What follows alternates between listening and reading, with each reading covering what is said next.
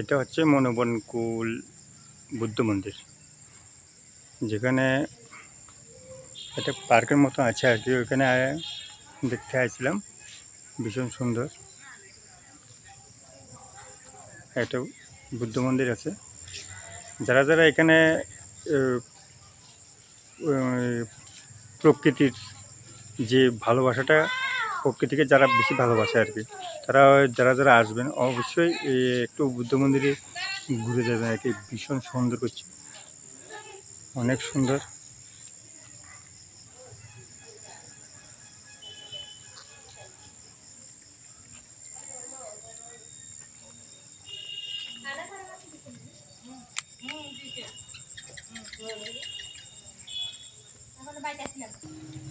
ভীষণ সুন্দর বুদ্ধ মন্দিরটা, যারা যারা আসবেন অবশ্যই দেখে যাবেন।